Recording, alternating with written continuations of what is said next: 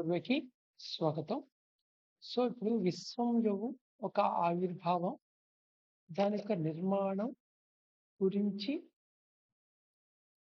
మనం కొన్ని విషయాలు నేర్చుకోబోతున్నాం.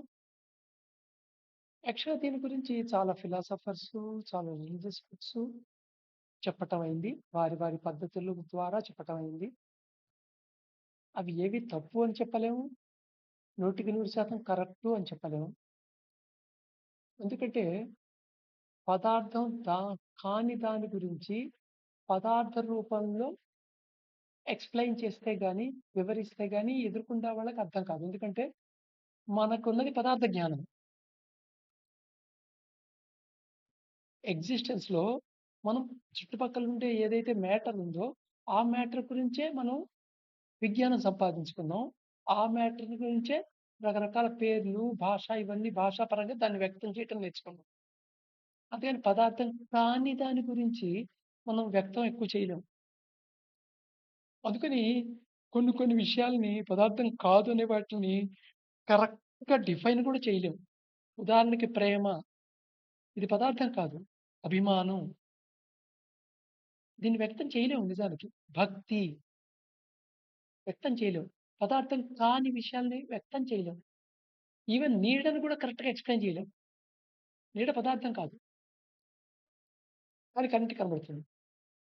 సో, ఆహ్, పైపైన సర్ఫేస్ లెవెల్‌లో పైపైనగా చెప్పడం జరిగినట్టు, అక్కడ ఎదురుగుండా వాడు వినేవాడికి అర్థం అవ్వటం కోసమని చెప్పడం జరిగింది. సో, వినేవాడికి ఎంత అర్థమైంది, వాడేం అర్థం చేసుకున్నాడు, వాడి పదార్థ జ్ఞానం మీద ఆధారపడుతుంది. సో, అందుకని మ మనకి చెప్పబడిన దాంట్లో కొంత సత్యం ఉంది. మనం అర్థం చేసుకున్న దాంట్లో ఆ సత్యంలో అర్ధ సత్యమే ఉంటుంది.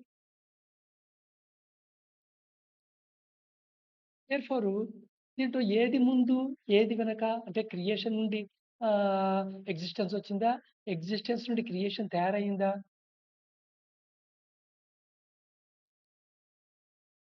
అంటే మనిషి పుట్టాడు కాబట్టి చావాలా? చచ్చాడు కాబట్టి మళ్ళా పుడతాడా? ఇంచుమించి అదే రాత్రి పొగల్ని తరుముతోందా? పొగలు రాత్రిని తరుముతోందా?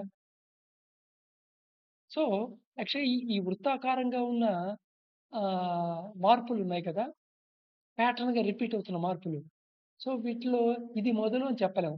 ఒక వృత్తం గీస్తున్నప్పుడు నువ్వు చూస్తే ఇక్కడ మొదలెట్టాడని చెప్పగలవు. వృత్తం గీసిన తర్వాత ఎక్కడ మొదలెట్టాడో ఎలా చెప్పగలవు? దేనికదే అది స్టార్టింగ్ పాయింట్‌లో ఉంటుంది. సో, దేర్‌ఫోర్ ఇదొక మోడలు. ఈ మోడల్‌లో మనం ఏదైతే మన పర్సెప్షన్‌కి అబ్జర్వ్ చేయగలిగామో విశ్వంలో ఉన్న నియమాల్ని మనం వివరించగలం. ఆ నియమం అలా ఎందుకుంది అంటే, విశ్వం ఇలాంటి నిర్మాణంలో ఉంది కాబట్టి, ఈ నమూనాలో రన్ అవుతోంది కాబట్టి, అని మాత్రమే మనం కంక్లూషన్‌కెళ్ళగలం. సో, ఈ మొత్తం విశ్వాన్ని 2 భాగాల కింద విడగొట్టాం. పదార్థము, పదార్థం కానిది. సో, పదార్థముతో తయారు చేయబడిన పార్ట్ అంతా తీసుకుంటే మనం ఓ రకంగా దాన్ని ఆహ్, నాన్ రియల్ అని చెప్పొచ్చు. పదార్థం కానిదేమో యాక్చువల్‌గా రియల్ అని చెప్పొచ్చు. సో, రియల్ యూనివర్స్ అంటే క్రియేషన్ అని చెప్పాలి. క్రియేషన్ నుండి ఎగ్జిస్టెన్స్ ఒక ఫ్లోలో ఏర్పడింది. సూర్యుడి నుండి కిరణాలొచ్చినట్టు. ఆ కిరణాల ద్వారా వెలుగొచ్చినట్టు, వేడొచ్చినట్టు. అంటే అది అలాగా. సో, ఈ మన ఎగ్జిస్టెన్స్ ఏమో నాన్ రియల్ యూనివర్సు. ఇక్కడ రెంటికి తేడా ఏంటయ్యా అంటే, non real universe is meant for experiencing. దాన్ని అనుభవించడానికే ఉంది. ఎక్స్‌పీరియన్స్ కోసం అని.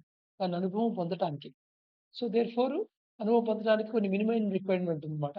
Body, sense, free will. Next ఇదంతా మైండ్ యొక్క డొమైన్. అందుకని ఏ థాటు పూర్తిగా క్రియేషన్ చెప్పలేదు. క్రియేషన్ గురించి నువ్వు ఏ థాట్ చెప్పినా అది పాక్షిక సత్యమే తప్ప పూర్తి సత్యం అవ్వదు. దీంట్లో ఇవి డిఫరెంట్ ప్లేన్స్ కింద తీసుకుంటే భూర్భువస్సువ అని 3 మేజర్ ప్లేన్స్ అనుకోవచ్చు. మళ్ళా దీంట్లో మైనర్ ప్లేన్స్ ఉంటాయి. ఒక్కొక్క దాంట్లో 7, 7 భూ 7, భువ 7, శువ 7. Next it is a domain of mind అని చెప్పుకున్నాం గదా! సో, మైండ్ అనేది ఒక పెద్ద ఫీల్డ్ అనుకోండి. కంప్లీట్ క్రియేషన్ ఎగ్జిస్టెన్స్ అంతా ఉంటే ఫీల్డ్ ఇది. ఆ ఫీల్డ్ భూమిలో ఉన్న భౌతిక శరీరం గుండా వెళ్ళినప్పుడు కొన్ని మార్పులకు గురవుతుంది ఆ ఫీల్డ్, ఆ క్షేత్రం. ఆ మార్పుల్ని మనం చిత్త అంటాం. దాన్ని మనం మనం మన భాషలో మనస్సు అంటుంటాం నిజానికి. కానీ యాక్చువల్‌గా మనస్సు భువహలో సూక్ష్మ శరీరం ఏదైతే ఉందో భువః ప్లేన్‌లో ఆహ్, అక్కడ ఈ యూనివర్స్ అంతా ఉన్న ఏదైతే ఫీల్డ్ ఉందో, ఆ యూనివర్స్ అంతా ఉన్న ఫీల్డ్ ఏ మార్పులకు గురైందో అది మనస్సు అంటాం. అలాగే అతి సూక్ష్మ శరీరం, ఆ సూక్ష్మ శరీరంలో ఈ యూనివర్స్ అంతా ఉన్న మైండ్ ఏదైతే యూనివర్స్ అంతా ఉన్న ఒక ఫీల్డ్ మైండ్ అనే ఫీల్డ్ ఉందో, అది ఎలాంటి మార్పులకు లోనైందో దాన్ని బుద్ధి అంటాం. సో, చిత్త, మనస్ అండ్ బుద్ధి అనేవేంటంటే అసోసియేటెడ్ టు ద చిత్త అనేదేమో భౌతిక శరీరానికి, భువః శరీరానికేమో మనస్సు, సువహ ఆహ్, సుహ ప్లేన్‌కి సంబంధించిన సూక్ష్మ శరీరానికి బుద్ధి రిలేటెడ్ అనమాట. సో, ఈ 3 ఏమిటయ్యంటే ఒక క్షేత్రం. దీన్నెలా అర్థం చేసుకోవచ్చంటే, సపోజ్ నీళ్లున్నాయనుకుందాం. ఒక ప్లేట్ నిండా నీళ్లున్నాయి. దాంట్లో చిన్న స్పాంజ్ ముక్క పెట్టాం. సో, స్పాంజ్ ముక్క లోపలికి నీళ్ళన్నీ పీల్చబడతాయి. స్పాంజ్ ముక్కలో కూడా నీళ్లుంటాయి ఇప్పుడు. అవి స్పాంజ్ ముక్క నీళ్లు కావు. స్పాంజ్ ముక్కలో తయారైన నీళ్లు కాదు. నెక్స్టు బయట నీళ్ళ యొక్క క్యారెక్టర్‌కి స్పాంజ్ ముక్కలో పీల్చబడిన అబ్జార్బ్ చేయబడిన, శోషించబడిన వాటర్‌కి తేడా ఉంటుంది. క్యారెక్టర్‌లో తేడా ఉంటుంది. సో, అంటే అలా మార్పు చెందటమాట. అలాగే యూనివర్స్ అంతా పెద్ద ఫీల్డు. యూనివర్సల్ డివైన్ మైండ్ అని చెప్పొచ్చు. అది ఆ ఫీల్డు నీ భౌతిక శరీరంలో కొంత మార్పులకు గురవుతుంది. ఆ మార్పుల్ని చిత్త అంటాం. అలాగే నీ సూక్ష్మ శరీరంలో కొంత మార్పులకు గురవుతుంది. అది మనస్సంటాం. అలాగే సంబంధించిన సూక్ష్మ శరీరంలో, అతి సూక్ష్మ శరీరంలో మార్పు చెందుంటుంది. అది బుద్ధి అంటాం. So, right next. ఈ సెమీ రియల్ యూనివర్స్ ఏంటి అంటే అన్‌సీన్ యూనివర్స్ బియాండ్ భూ, భువ, శువ. ఈ మూడిటికి అవతల ఉన్నది సెమీ రియల్ యూనివర్స్. ఈ భూర్భువ కాకుండా ఉన్న యూనివర్స్ ఉంది కదా! అది రియల్ కాదు. బట్ రియల్ లాగా అనిపించే సెమీ రియల్ యూనివర్స్ అని చెప్పొచ్చు దాన్ని. దీన్ని శువ అని. అయితే అక్కడ ఏదైతే నియమాలుంటాయో, అక్కడ నిర్దేశించిన నియమాలు భూ నియమాలకి డిఫరెంట్‌గా ఉంటాయి.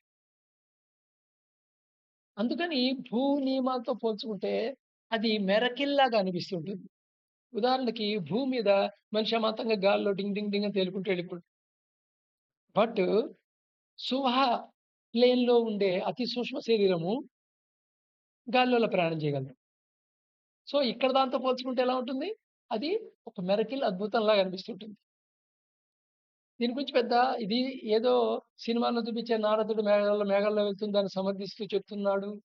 వీడు సూడో సైన్సు అని అనుకోవద్దు. నీళ్లు ద్రవ రూపంలో ఉన్నప్పుడు ఆ గిన్నెలోనే ఉంటుంది. కానీ అది బాష్ప రూపంలో అయిందనుకో గదంతా వ్యాపిస్తుంది.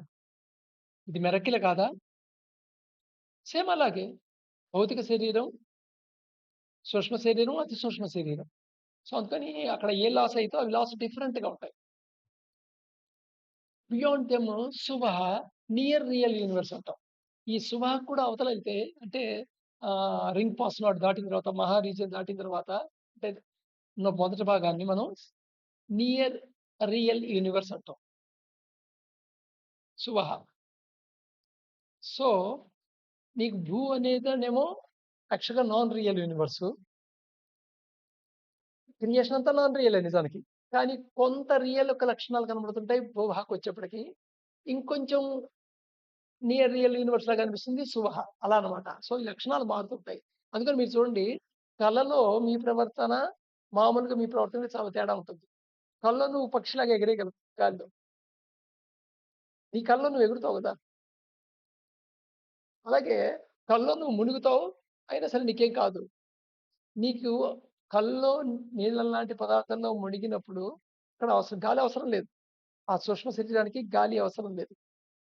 అది ఏ స్థితిలో ఎలా ఉన్నా సరే ప్రాణాన్ని తీసుకోగలదు బయట నుండి. కాబట్టి నీళ్ళలో వర్కౌట్ అయిపోతుంది. కానీ ఆ కల జరుగుతున్న విషయాన్ని నువ్వు భౌతిక ప్రపంచ నాలెడ్జ్‌తో అంటే పదార్థ సంబంధమైన నాలెడ్జ్‌తో అర్థం చేసుకోవడానికి ప్రయత్నం చేస్తుంది నీ మెదడు. అప్పుడు నువ్వు దాన్ని నీళ్ళల్లో ఉక్కిరిబిక్కిరి అయిపోతున్నాననే ఫీలింగొచ్చి కలలోంచి బయటకొస్తావు. అందుకని కలలో చాలా అద్భుతంగా ఉంటాయి. కలలో కొన్ని జరిగే సంఘటనలు అవన్నీ చాలా అద్భుతాలు కనబడుతూ ఉంటాయి. అందుకని అవి మిరకిల్‌గా ఉంటాయన్నమాట. సో, అక్కడ నియమాలు వేరు. ఇక్కడ నియమాలు వేరు. గమ్మత్తేంటంటే ఆ శుహ రీజియన్‌లో శబ్దాన్ని చూడగలం, లైట్‌ని వినగలం. ఈ మాటలు వినంగానే ఏదో మిరకిల్ ఇదేదో అనుకుంటాం. బట్ ఇది నిజమా? అబద్ధమా? మనం ఆ స్థితిని పొందితే కదా అనుభవపూర్వకంగా తెలుసుకునేది. అందుకనే చెప్పాను. ప్రస్తుతానికి ఇది స్టోరీ. ఒక స్టోరీలానే వినండి. అలాగే ఈ బుర్బోసు అంతా వ్యాపించిన ఓ సబ్‌టిల్ ఎలిమెంట్ ఉంటుంది. చాలా అతి సూక్ష్మ పదార్థం. దాన్ని మనం మైండ్ అంటాం. అదొక ఫీల్డ్. అది ఈజీగా ఇన్‌ఫ్లూయెన్స్ చేయబడుతుంటుంది. అందుకని ప్లేయబుల్ మెటీరియల్ అని చెప్పొచ్చు దాన్ని. దానికి మొత్తం తెలుసు. అందుకని దాన్ని యూనివర్సల్ డివైన్ మైండ్ అని చెప్పొచ్చు. చిత్తే అని పిలుస్తుంటారు. దానికి కాస్మిక్ కాన్షియస్‌నెస్ క్యారెక్టరిస్టిక్స్ కూడా ఉంటాయి. అంటే విశ్వంలో తను ఒక భాగం కింద తను పనిచేస్తుంటుంది. It make function at each universe plane. ప్రతి యూనివర్స్‌లో ఆ ప్లేన్‌కి సంబంధించినట్టుగా అది ఫంక్షన్ చేస్తూ రేపు మళ్ళా కంటిన్యూయేషన్